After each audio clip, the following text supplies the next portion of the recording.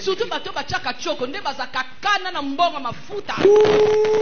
Wazo tentire como kita. Donc akombo ya mobali likola mbongo mafuta.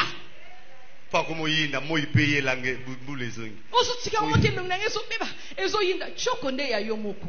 Ah, teinture ya yomoko. Quel est le rapport avec l'argent de ton mari, de ton copain? Mingambo ya bachuru yomo mtomilu kela. Yomo mtoluka ki choko. Kaka mbongo mafuta na. Kanda nini? Mulangi na ngama mafuta comme na suka. Henri penza na linge sute mwasi mubali mubimba apesa mwasi mbongo mafuta te yona makambu nyonso omoni ka mbongo mafuta nani bapesa yo te.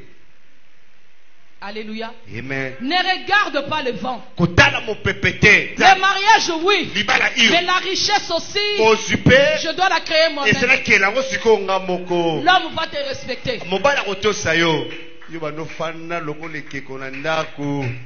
Yo zakana tongo papa pesa. Matembele yate.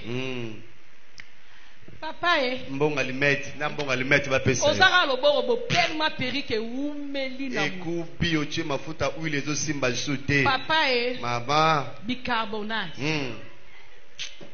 Nena ba mama nzaka. Pesa mbona bomo. Tala bakanda nyonso zo développer na ndako. Pourquoi ba pio mbonga manzaka te? Ah?